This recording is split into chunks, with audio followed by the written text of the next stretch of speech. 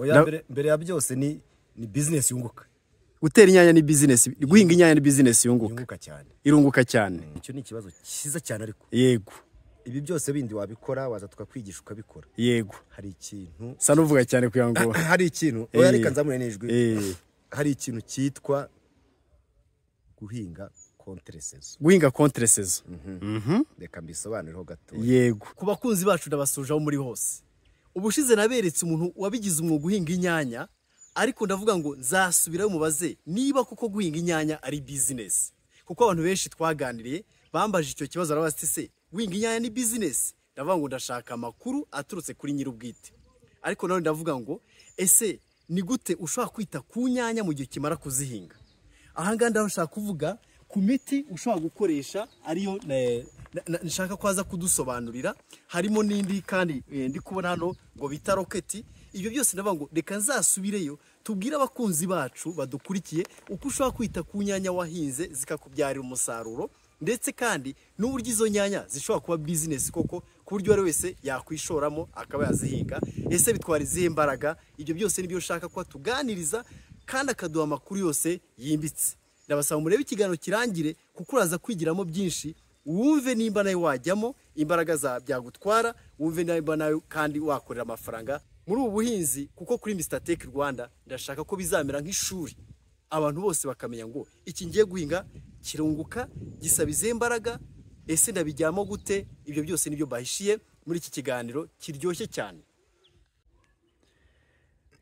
Agronome Ferina, abantu bamaze kukumenyera kuri Mr Tech Rwanda, ariko reka maze ngusuze mbere yuko ninjira mu bwatsi bwawe. Mukomere cyane, byiza kandi umeze neza ariko nta kibazo rwose. Ya ubushize duherukana uri muhinga inyanya hano. Nzitera. Utera inyanya, bavuga gutera inyanya. Ndavuga ngo nzagusura kuko hari abantu benshi nyuma y'ikiganiro bambaje ngo ese ni business yunguka? Abandi barabaza ngo wakora iki nyuma yo kuzitera, byagenda bite? Oya mbere ya byose ni business yunguka.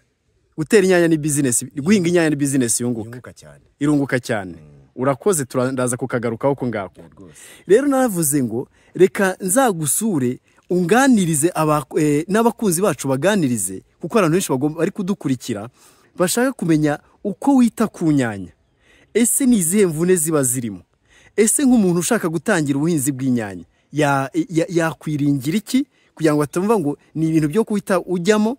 Ibyo byose nabango nzabikubaza, ari nayo mpamvu yangaruye, kuko mperuka ku itariki 4 z'ukwezi kwa 10 2025. Uyu munsi turi ku itariki 12, ndabango reka nze gusure hacemo icyumweru. Rero ntatinze, reka dutangire utubwire ukuntu wita ku nyanya ku buryo nimba uzihinze wizera umusaruro. Icyo nicyo kintu ushaka utuganiriza. Oya reka mbanze mbereke akantu gato cyane, ngira ngo muheruka hano mu cyumweru gishize. Yego. Nyuma y'iki cyumweru urugemwe naruberekaga, ndibuka neza ko ari n'urwo nateye n'urunguru. Yego. N'urunguru. Urugemwe ngira ngo mwarabwitegereje neza. Murabona ko nyuma y'icyumweru ruzanye iki? Ururabo. Yes, ruzanye ururabo. Ururabo rugiye kuvamo utubuto. Yego. Nukuvuga ngo urunyanya ugomba kurwitaho n'imbaraga zawe zose n'umutima wawe wose, nkuko abadamu mujya mubona kuntu bita ku bwiza bwabo kugira ngo bahore basa neza. Mubona kuntu ababyeyi bacu bita ku bana kugira ngo badahungabana. Urunyanya ni ikintu gisaba imbaraga guhera kikiva mu gahoho, katira gahoho kugeza urusaruye.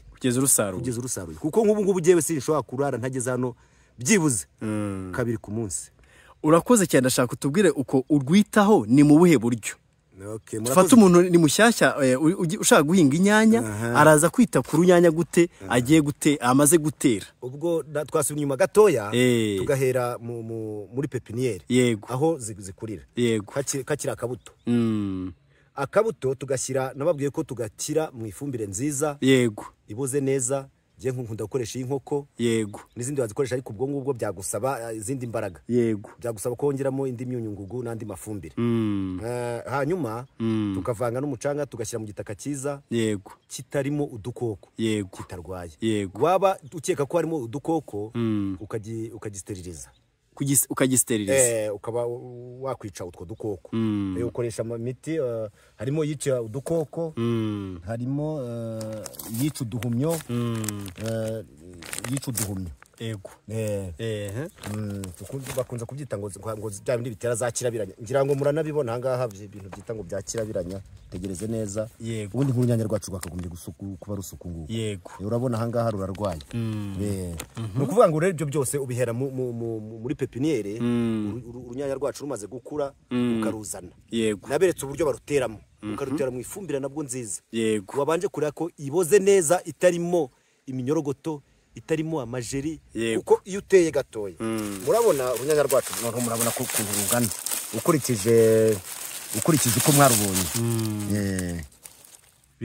birimo kugaragara noneho urunyanya rwacu tumaze kurutera neza imvura yacu ntago tukiyizera yego ubwo ni ukuvuga ngo ucungana na buri munsi ukavuga uti nimba imvura itabonetse yego uravomerera urabona ko hari igihe cyaciyemo gato cyane ariko murabona ko iyo ntavomerera urunyanya rwanjye yego mu cyumweru kimwe ntabwo ruzanye utu dutumbe bivuga ngo ururabo ruzatanga iki hashize icyumweru kimwe uteye kimwe murabyibuka kuko zaho byumvise neza hashize icyumweru kimwe uteye ariko kuko wari warahumbitse mu bihoho utigeze kakana ahubwo urakanyibukije yego kuba narahumbitse mu gihoho ntabwo rwigeze ruta umwanya na mutoya kugira ngo urunyanya wagira ngo urubonye wagira ngo rumaze nk'amezi nk'ukwezi n'igice yego nabwo kandi baruranduye reba rwose ntabwo ruse ruhagarara ni ukuvuga ngo rwakomeje ubuzima bwabwo nk'uko rwari rumeze yego ukaba kutubwira ku buryo kuzitaho yego tujye ku yindi etape tukinde ku kindi cya kabiri murabona ko turi mu gihe cy'imvura yego turi mu gihe cy'imvura hakenerwa imiti y'uduhumyo dukunze kwiza amafungicide uyitegereze neza iyi ngiyi mbona amafungicide ari mu moko menshi yitwa mayisha ariko mayisha ni izina riri commercial niko dukunze kubyita ni kampani ubwo ni izina donc baba bakoresheje kugira ngo yego badukurure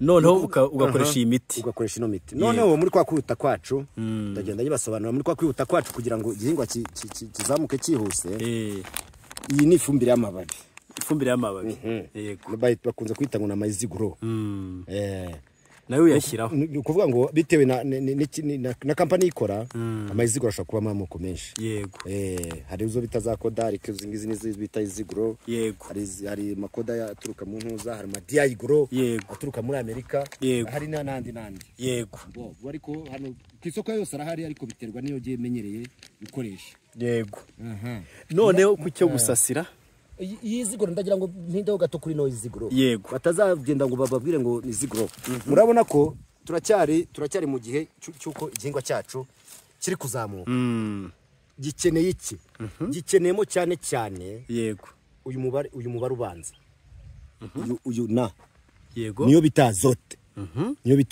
yego nuko murabona ko iyi ni potassium iyi ni phosphore iyi ni potassium yego nuko ndabibabwira nabyo nukuvuga ngo iyi azote 26 mubona ko iri hejuru y'ino mibare 12 ibi nigeze kuri no kubibabwiraho nukuvuga ngo dukeneye azote cyane kuri amababi yacu kandi ni systemique nukuvuga ngo itayinjiramo yo irijyana turayivanga ku gipimo kizwi biba biri hangaha yego hanyuma ukaza ugapurizaho igihingwa kikazamuka hakabamo amayiziguro dukunze kwita yarimo imyunyungugu calcium na magnesium yego mwitegereze neza hari igihe ikibabi byacu murabona ko bisa n'icyatsi kibisi hari igihe ujya kubona ukabona ikibabi bikunze kugaragara cyane ku binyomoro ukajya kubona ukabona kwikunja no kwikunja birimo haje utuntu tw'utudomo tugiye dusa n'umuhondo utudomo tw'umuhondo icyo gihe habayemo icyo twita manque ya calcium haba habuzemo umunyungugu witwa calcium na magnesium ubwo rero muri iki gihe cyacu kuri iki kigero tugenda tunashyiramo ya calcium yego ariko wabona bidakabije cyane ukayirekera aho ngaho iyo bigeze rero kuri stade ya gatatu yego hakenerwa amayiziguro iziguro iyo bita iziguro ya fruit and flower ubwo ni mu gihe imbuto zamaze kuzaho imbuto zajeho ururabo rwabaye rwinshi kugira ngo rudahunguka kandi runamere neza ayo mayiziguro akoreshwa no ku bindi bihingwa avoka ibinyomoro yego inyanya ururabo rwacu ubu ngubu murabona ejo bundi uzaza nakubwiye ngo uzankurikirane intambwe ku yindi ndashaka nibyo nanjye najemo rwose uzazemo rwose dukorane ikiganiro uzigo mu mwanya wawe ngenza kugwa kuko mba ndahangawe nda nubwo mba ndi mu yindi mirimo ariko ngomba kuhagira n'icyo kiganiro nkagiha abakunzi ba Mr Tech Rwanda kugira ngo tujyanirane tugira ikintu tugeraho gifatika ubwo kuri ntuza tuzaba dufite iziguro iri mu gikarito kijya gusa n'umutuku cyangwa kijya gusa nk'umutuku ngusubije inyuma gato iyi ziguro turi kubona hano ijya ku mababi bivuga ngo no igihingwa kikiri kuzamuka none mu minsi igiye kuza imbuto nizizaho imbuto zacu nizibamara kugira gufatika yego zata tujya kuri zigoro ya fruit and flower indabo n'imbuto kugira ngo zimere neza zidahunguka ariko tuzaba twateyemo na calcium yacu kugira ngo twirinde indwara bita endirot kubora kwimbuto ngira ngo urubibona hanga aha turakomeje rero kandi dukomezanye n'aya mafungicide yacu nayo urakomeza ukayatera mu gihe cy'imvura ariko iyo ubona noneho byaremereye cyane imvura ishaka kukuganza wenda ndebera hano sa nkuzo reka zoominge aka kabanza kangaka ndabona ko wajya urabona ko kari wagira ngo namazi bakamenya reba n'uruti rwababutse reba n'intuzi aha rero habakenewe umuti bita ridomire ni fungicide iremereye dukoresha nizi ntago ziba zoroshye ariko ugenda ureba etape bitewe n'ubushobozi n'iki kandi nuko ikirere kimeze yego aha kubyo gusasira rero kukindi kubona ubushize nasanze utera ntiwasasira none hose ndi kubona warasasiye byahise bikurikiraho birajyanirana kuko iyi imvura imanuka igakubita igitaka cyacu nuko wenda hano ubu ngubu imiceri iteze burya umuceri ni usasira neza ibintu no kwiranje umuntu agenda ashakisha amashara hirya no hino n'ibindi dusasiza twirinda gusasiza ibintu nk'intusi kugira ngo tutazanamo acide bura ntago usasiza intusi ariko ntago mujya mureba nko mu ishyamba intusi zamanuye hari icyatsi mubonamo oya ako karu gasubiremo ahubwo bari gashyashya intusi yo ibibabi byahungutse mu ntusi nta bibabi bimera byo oya nta byatsi bimera ukakeka kari ikindi buriya ni acide babayemo nyinshi mu butaka oya bivuga ngo uzanya ukunda kubikora ndabizi ko hirya none tubikora ariko ni ikosa ako kantu ubikora ubutaka bwawe bukiri bushyashya rimwe bikagukundira yego kubwakanga ukazajya kubona ukabona usigaye utinga inyanya reka da wakushiramo ibirayi ukabona shwi washyiramo ibishyimbo shwida n'ibyatsi nk'ibi byimezamo bya byitwa bya natori n'ibindi ibyo wagiye ukusanya ahantu utazi nyine ukabona rwose n'icyatsi ntikikimera mu murima wawe icyatsi kingiki kigisamba intusi nuko ngo zifite ubwirinzi acide ziba zibitsemo urakoze cyane aha wari ukitubwira rero ibintu byo gusasira ko ugishakisha ibyatsi kugira ngo kuba byinshi nubwo izi nyanya zacu murabona ko hano harimo inzira zizagendera ku migozi mba nirinda ko hagira igitonya gikubita hasi ukite kizamuka hehe ku mababi murabona ko amababi yanjye twakuri tujya tunari murako nta gakoko kariho twakoko tw'umweru ubwo ni ukwango uba wateyemo imiti cyangwa nuko hari imiti ica udukoko hari amafungicide ariko tukanasasira kugira ngo bidakubita hari n'indwara ibiri mu butaka tubimenye ntabwo nari mbizi yakubita nababwiye yuko ahariho hihutisha munsi y'ikibabi buriya niho hihutisha ari izo ndwara ari iyo miti niho hatakwa oya ni nayo nzira nziza yo kugaburira igihingwa ni ukuvuga ngo rero iyo bikubise bikahita bizamukira ahangaha aha ni ubwirinzi bwa mbere ariko tukanarindisha imiti yacu ibyo bintu birasobanutse tujyanirana rwose birasobanutse mu ncamake ni ukuvuga ngo agomba gusasira agatera imiti yamara gutera imiti akariko akajya nanone akora suivi cyangwa se akajya asuma umuntu rwose wumva adafite umwanya wo gusura umurima we cyangwa adafite inyanya buriya ntabwo ari nk'igiti inyanya si igiti rwose, tugitandukanye n'ibiti. Yego. Inyanya ni ikintu witaho umunsi ku wundi. Harya zerera igihe kingana iki? Amezi 3. Amezi 3. Buriya kabaye buriya ingadi nabibabwiye. Yego. Nabonye rwarabije ariko rwose dore reba n'izi ngizi. Yego. Dore ngizi zatangiye kuza mu cyumweru kimwe uziteye uzikuye mu bihoho zatangiye kurabya. Ngo uzaza ahubwo namaze no kuzishingira natangiye kugenda nzigira. Aha, reka tugaruke kuri icyo kintu rero nacyo nashaka kukikubazaho cyo gushingirira. Yego. Bimeze bite ko uyu murima ari munini? Uyu murima ni munini. Watubwiye ko ufite ibiti 700 ari byo wateye. Ibiti 700 n'imisago. N'imisago. Kuko je mbafite n'imbuto za reserve. Zo kwitabaza. Urigize ikibazo. Yego. Ndusimbuzamo byihuse. Ugisimbuza. Kugira ngo ya mibare yanjye y'ingemwe 740 mba narabariye nzagendane nayo. Aha, ubu uzashingirira gute kugira ngo nk'umuntu uri kudukurikira amenye ngo ni impinga inyanya ngomba no kwitegura ibiti. Okay. Hari inzira nazita nk'ebyiri. Yego. Hari inzira imwe ihenze nk'umujya mukunza kubibona mu ma greenhouse. Yego. Westaramo ibiti, ugashinga igiti kimwe, ugashinga ikindi, ugashinga ikindi, ugashinga ikindi aha, ukagendeshereza kuki ukarambikaho umugozi. Amafire galvanize. Yego. Ku migozi noneho ukajya ushumikaho utugozi tumanuka. Yego. Singiye rero guhanika abaturage kugira ngo bakikanga urumva hasaba byibura ngaha hano hajya nk'ibiti bya bindi birebire. Yego. Ibiti birebire wenda najya cimburamo ingeri nk'eshatu byibura hajyamo nk'ibiti birenga za 80 kandi igiti kimwe kigura 2500. Ni menshi. Bagira ngo wenda ni menshi. Aha. Ariko inzira ni nyinshi. Dufite amashyamba hirya no hino. Twagenda tugakonora amashyamba yacu.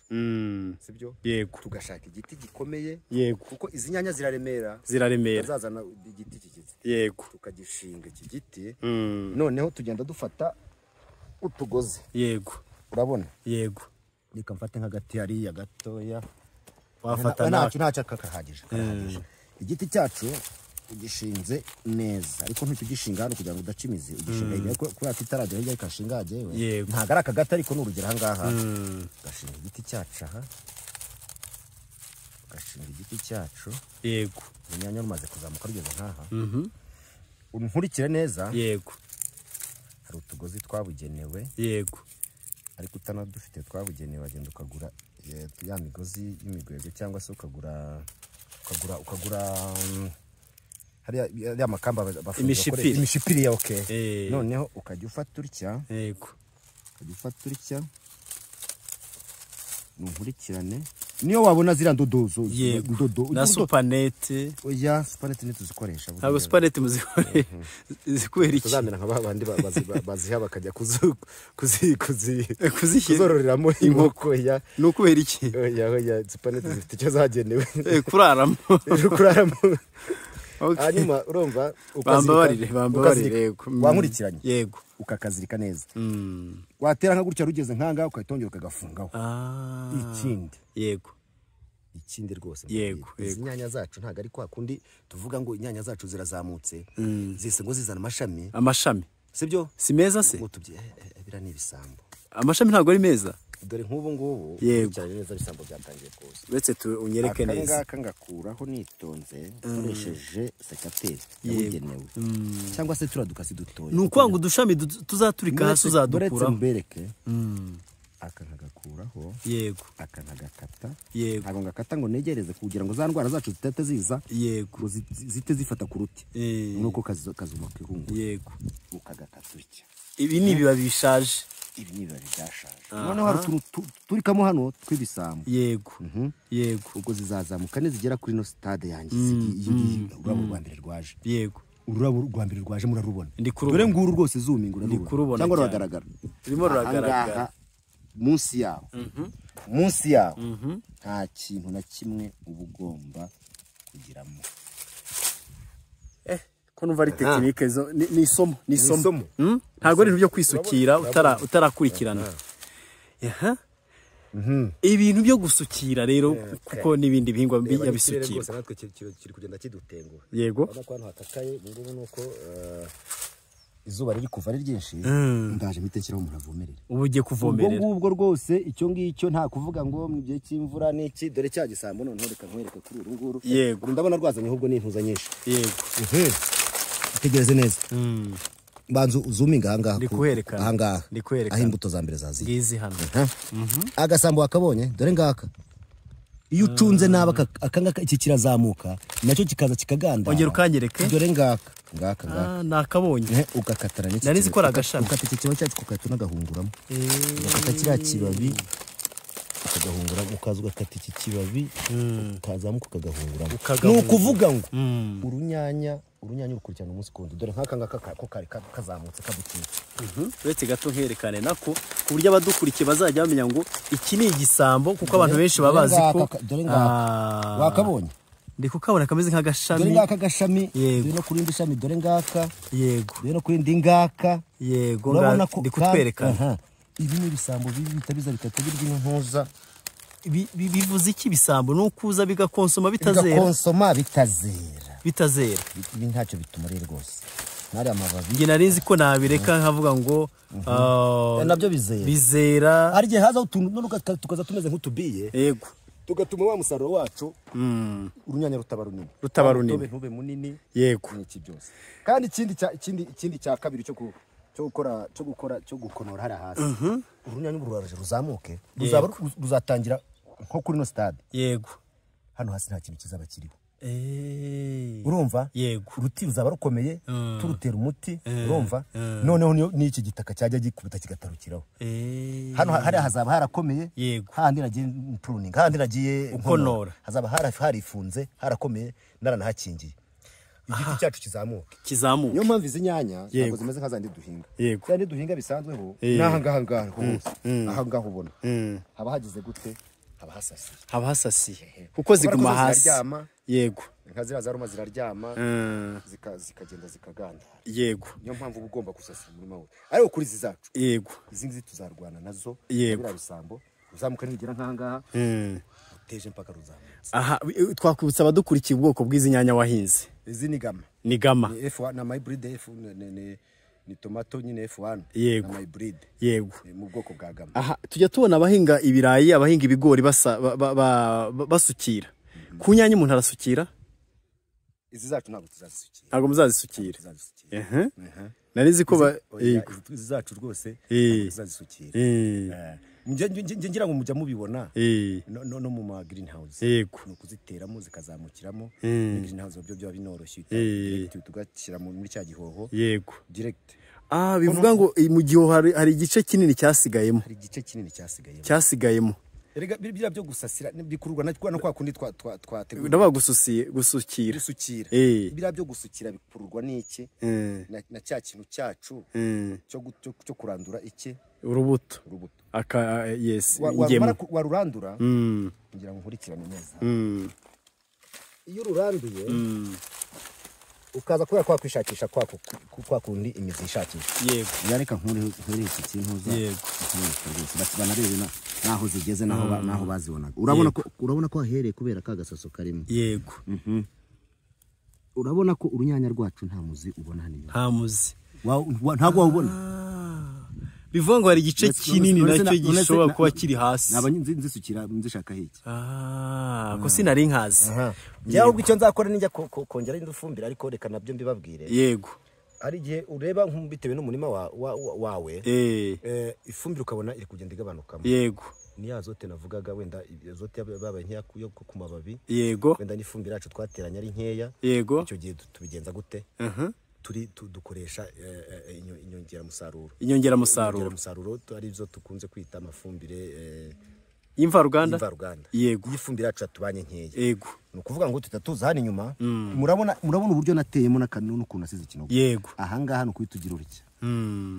Tugira gutya bitewe n'ikigero urunyanya rwacu rugezeho. Yego hari aho tuba dukoresha nk'iyo dutera wenda ariko hangana uko gena teje ifumbire nizeye. Yego kuko iyi ngiyi biririshe ibiremereye muri azote. Ibiremereye muri azote biremereye muri phosphore. Yego kuko unarebye iyo ni inkoko uri kuvuga ni inkoko unabigeranyije n'iyinka iyi ngiyi bikubye kuko nka zote ibiri mu yinka bifite nka biri hagati ya 0 n'ibice 5 na rimwe ku ijana. Yego. None iyi ngiyi ibifite hagati ya 2 n'igice 5 na 5. Yego. Muri kumva itandukanyiriza ikintu kiri kuri 0 n'igice kimwe nikiri kuri hagati ya 2 n'ibice 5 na kugeza kuri 5. Yego. Ni ukuvuga ngo niyo mpamvu urunyanya rwacu urabona ko rufite imbaraga ruhagaze wagira ngo rumaze imyaka ruhaguri ku isi. Yego. Urarurebera rumeze neza rurashisha nta gusinzira ntaki. Yego. Ubwo rero ni ukuvuga ngo bitewe naho wakwifuza yacu inkoko bifitemo intuza nyinshi intungamubiri nyinshi ariko si uzongeramo nawe uzongeramo njye hanga ntago nzongeramo kuri ako yagize cyereka wenda mbonye nka karanse hejuru gatoya bizamutse mbese wowe uhora ucunga ukaboti hari ikibuzemo kugira ngo uzaringanize. Yego. Tujya gutya rero ukagira gutya ugashyiramo bitewe n'ikigero dushyiramo hagati ya grama 10 yego na grama 20. Yego. Bitewe n'ikigero gezeho gutangiza kugezamo hagati no kugeza ruteye. Urakoze cyane no kugeza rusaruye. Yego. Reka tujye ku gice cya kabiri kiri bube kigufi gusa niho kugira ngo tumotive abantu abakunzi ba Mr Tech Rwanda ku kintu cyo kuvuga ngo inyanya zakwera zikakuha amafaranga afatika. Nicyo nshaka kugira ngo utubwireho ese byasaba iki kugira ngo uvuge ngo mpinze inyanya ngiye mu mushinga wo guhinga inyanya nirihe banga ririmo. Icyo ni ikibazo cyiza cyane ariko. Yego. Ibi byose bindi wabikora waza tukakwigisha ukabikora. Yego. Hari ikintu sa nuvuga cyane kugira ngo hari ikintu oya reka nzamure n'ijwi. Hari ikintu cyitwa guhinga contresaison. Guhinga contresaison. Reka mbisobanurireho gato. Yego. Ni ukuvuga ngo hari igihe tujya ku isoko abamama bacu nibo babizi cyane n'ababyeyi. Yego. Ugasanga inyanya bakavuga ngo zadibye. Inyanya zadibye. Aha iyo termine ngiye kwibara ikinyarwanda cyiza. Ati inyanya zadibye. Yego. Ubwo rero ugiye ikintu nkora. Ncunganwa n'ikirere. Yego. Acunganwa no kutadiba. Yego. Ucungana n'ikirere no kutadiba. Bivuze igenda bizi nkaha ngaha. Nzunguka cyane kubera ko ikirere cyane kizangora. Uko ikirere kikugora niko nyinshi zipfa mu bazihinze. Amahirwe akaba menshi. Yego. Iminsi 2. Yego. Utawukurikiranye wibereye warigendeye. Yewe mu byawe. Yego. Nibyo ni ikintu cyitwa ibirayi. Yego. Usanga rwose byabaye kugira ngo nk'umuntu uw'umwanzi wawe waje wanyuzemo. Oya no. Yego. Akodesha nk'abantu yazana nk'itanka irimo amazi ashyushye yakumuriro. Avomerera aravomerera birashya. Iminsi uyu imvura ikaguna munsi eje gasubira nta muti biba birangiye. Izi nyanya rero ukubona twebwe zihagaze. Yego. Imvura iragwa nkayicunga ihise. Nkaza ngatera umuti. Imvura ihise umuti. Nuko bimeze. Uyitegura kugira ngo uhangane. Agacyo kaza ariko iyo mfite nka ya ridomiri yanjye. Yego. Kabiri mu cyumweru biba bihagije. Iyo ufite ridomire kabiri mu cyumweru birahagije. Bihagije nubwo byaba iremereye. Iremereye. Ariko ntibikubuze iki? Bikubuze gusura umurima wawe. Yego. Buri munsi. Kuko nk'igitumbwe bije. Yego. Urugero. Kwa kundi kimwe kibora. Kimwe kibora. Yego. Kitagituma n'ibindi bibora. Gituma n'ibindi bibora. Ibwo uracungana nabyo ugikuremo. Kijugunye hirya ko ni maladifu ni indwara zishobora kwandura. Yego. Ugikuremo ikibabi ubona kigize kishatse kuzana kwa kundi nabiberetse ahandi gisa nk'ikibora. Ugikata vuba cyangwa se urunyanya rubona rugeze muri etakiti niko tubyita mu kigo. Yego. Rugeze donc ku kigero rutaga umusaruro. Kuramo ukagenda ukajugunya hirya y'umurima wawe. Bivuze ngo urubyiruko ruri kudukurikira twabonye ko inyanya zerera amezi 3. Tubonye ko inyanya ni business. Oya ni business inari. Ni nka betting ishobora no reka mbe urugero ku nyanya zisanzwe. Ubwo abantu baba mu isoko n'abahaha cyane n'abadukurikiye bahinga inyanya ku buryo busanzwe. Yego. Bazi neza ko bajya bahinga igitebo. Yego. Bakabaha ibasi kagura 2,000. Yego. Igitebo kikaba cyagura 3,000. Ibasi 2,000. Igitebo 3,000.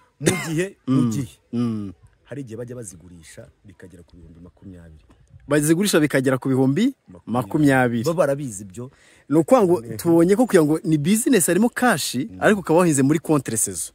Ni ukuvuga ngo ni uguhinga mu gihe kunyuranya guhinga ikinyurane ugacunga abandi bazejeje bari kugiye kunyicira business. Oya ntacyo nagaciyemo ni ugucunga contre saison abakunzi bacu reka tuganira nabo ni ugucunga igihe ikirere kizamera nabi ugacunga nareba nka hirya harimo ibishyimbo hano hirya bateye ibishyimbo bose hose ni ibishyimbo dore hirya ndi kubyerekana hose ni ibishyimbo. Aha wowe uracunze abantu bose bahinze ibishyimbo ni tekinike uracunze. Yego muri aka gace aha ngaha nushaka kubaza amakuru ugira umuntu usanga n'inyanya 5. Yego ni uko ngo uracunze abandi bahinze ibishyimbo uhinga inyanya ni tekinike. Kandi ubwo ngubwo nanjye nzacunga n'igihe ariko ubwo ngubwo ku isoko nanjye banyitega. Yego okay, ubwo abantu barihuye bitege ko bafite umuntu uzabagemurira inyanya mu gihe cya Noheli cyangwa se mu kwezi kwa mbere. Reka mbare numve. Yego zizarabije ubu ngubu. Yego yo rurabije. Erega urunyanya rwanjye bumenye ko rwari mu gihoho. Ngiye mu mezi 2 bya bindi bita ngo gutogera gutangira gukura hatutuntu babibare. Yego babibare rwose mu mezi 2 kwa 11 kwa 12 ubwo ni muri Noheli bazaze nzibereka bivuga ngo Noheli uzabojeje inyanya. Ubwo noneho rero bavuze ko muri Noheli turya n'akaboga. Yego tugashaka n'agasosi. Yego ubwo gende tayari kubaha inyanya. Urakoze cyane ndagushimiye cyane Agronome Ferina kuko abantu benshi urubyiruko ni ngomba mbwira ushaka gukorera kashi. Ni nayo mpamvu Mr Tech Rwanda ari hano kugira ngo ajye ababwira business aho ziri. Tubonye ko business ni y'inyanya irashoboka ariko ikaba wayigiyemo n'umutima wawe wose kuko nta kintu na kimwe ushobora kugeraho utavu